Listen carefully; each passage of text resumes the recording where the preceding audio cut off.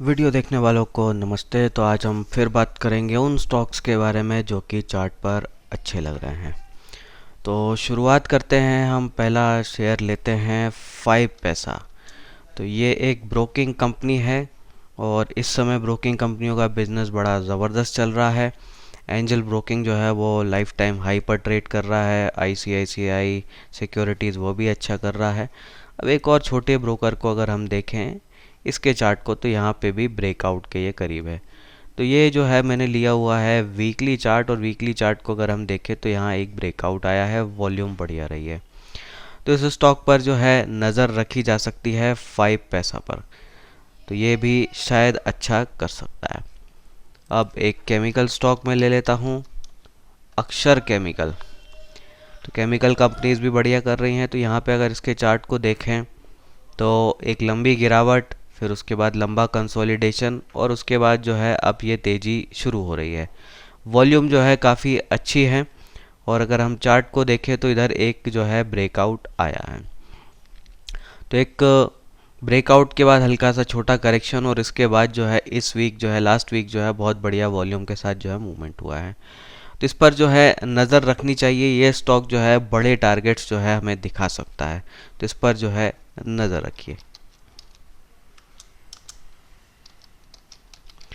अगली कंपनी में ले रहा हूँ प्रताप स्नैक। तो प्रताप स्नैक जो कि डायमंड के नाम से जानी जाती है। तो इस कंपनी को अगर हम देखें तो ये भी उसी तरह का चार्ट है। 1500 कुछ पे जो है 1400 कुछ पे इसका आईपीओ आया था, 1500 का हाई बनाया, उसके बाद जो है ये एक लगातार गिरता रहा, और अभी जो है अपने आईपीओ के हाई वाले प्राइस से लगभग आधे के भाव पे उपलब्ध है। तो इसके भी चार्ट को अगर देखें तो यहाँ एक ब्रेकआउट हमें देखने को मिल रहा है, और इस जो पैटर्न को हम बोलते हैं डबल बॉटम ब्रेकआउट। तो ये डबल बॉटम का जो है एक ब्रेकआउट है, वॉल्यूम भी ठीक थी। तो ये भी जो है शेयर जो है आने वाले समय में अच्छा कर सकता है। 900 प्लस के लेवल जो है पॉसिबल हैं अगर जो है इस ब्रेकआउट के लेवल के ऊपर जो है ये सस्टेन करता है। तो इस पर भी जो है आप नज़र रख सकते हैं। अगला स्टॉक है मेरा डी लिंक। इसके बारे में पिछले हफ्ते भी बात की थी कि ये ब्रेकआउट पर है, बहुत बढ़िया रिटर्न दे सकता है, और इसने दिए भी हैं।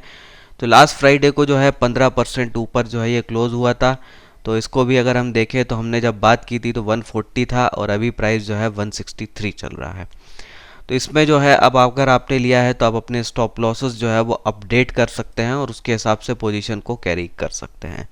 मेरी पर्सनल पोजीशन भी थी, तो मैंने इसमें जो है इसके जो हाई पे 168 अराउंड पे मैंने इसको बेच दिया था। बाकी आधे शेयर जो है वापस मैंने 162 के अराउंड ख़रीद लिए थे, और फिर जो है कोई अगर करेक्शन आता है तो मैं बाद में भी इसको ख़रीदने की सोच रहा हूँ। तो इस पर भी जो है आप नज़र रख सकते हैं। तो एक और स्टॉक जिसके बारे में हमने पिछले हफ्ते बात की थी वो था मोतीलाल ओसवाल फाइनेंशियल सर्विसेज। इसको भी देखें तो हमने बात की थी कि अच्छे खासे ब्रेकआउट पर ये खड़ा हुआ है। तो इसके बारे में 2-3 हफ्ते लगातार बात की थी। तो 850 पर जो है इसका ब्रेकआउट बनता था, तो वहाँ से अच्छी तेज़ी हुई है। अभी 980 पर जो है खड़ा हुआ है। तो यहाँ पे भी आप अपने स्टॉप लॉसेस को अपडेट कर सकते हैं, और इसमें तेज़ी जो है कंटिन्यू रहनी चाहिए। चार्ट काफ़ी मजबूत है, वॉल्यूम बहुत बढ़िया है, तो ये भी जो है अच्छा करना चाहिए। फिर अगला स्टॉक में ले रहा हूँ एक gold finance company, Manappuram finance. तो इसके चार्ट को देखें तो ये एक ट्रायंगुलर ब्रेकआउट पर खड़ा हुआ है। तो ये जो ब्रेकआउट बनता है वो 184 के ऊपर बनता है। तो 184 के ऊपर सस्टेन करता है, अच्छी वॉल्यूम के साथ क्लोज देता है। तो इसमें जो है बहुत बड़ी अपसाइड जो है खुल जाएगी। तो 220 से लेकर 250 तक के पॉसिबल लेवल्स जो है वहाँ पे खुल जाएंगे। तो यहाँ पे क्लोजली आप वॉच कीजिए ब्रेकआउट का, कि ब्रेकआउट दे रहा है या नहीं दे रहा है। फिर एक और स्टॉक लेता हूँ मैं ऑटो एंसिलरी कंपनी का। तो ये है FIEM, फाइम इंडस्ट्रीज़।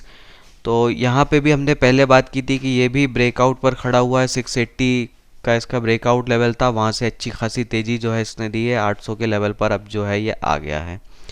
तो ये भी अगर कोई अच्छा करेक्शन होता है हल्का फुल्का, तो इस पर जो है पोजीशन बनाई जा सकती है। अभी फ्रेश पोजीशन के लिए रिस्क रिवॉर्ड जो है ठीक नहीं है।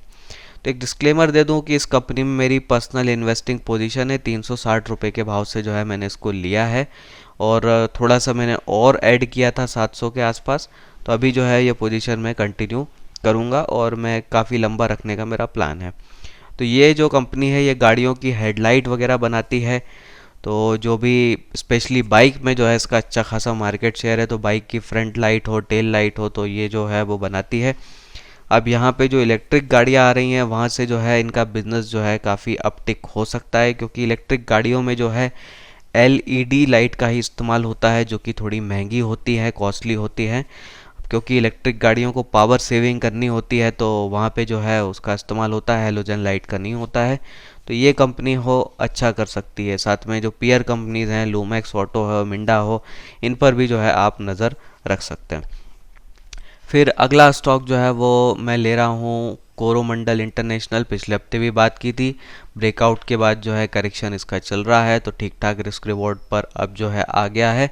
तो यहाँ से अगर कोई अच्छी वॉल्यूम के साथ रिवर्सल दिखता है तो पोजीशन इसमें भी ली जा सकती है, तो इस पर भी जो है नज़र बना के रखिए। फिर मैं ले रहा हूँ अगला स्टॉक जिंदल पॉली को।